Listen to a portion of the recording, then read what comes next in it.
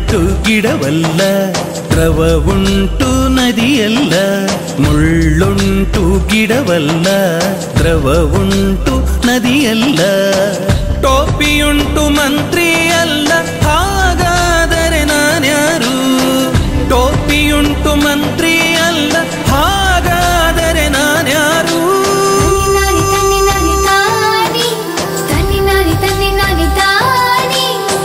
ಕೇಳಲು ಇದು ಬಲು ತುಂಬಾ ಸುಲಭದ ಹಾಗಿದೆಯಲ್ಲ, ಆದರೆ ತಲೆ ಬುಡವೊಂದು ಗೊತ್ತಾಗ್ತಾ ಇಲ್ವಲ್ಲ.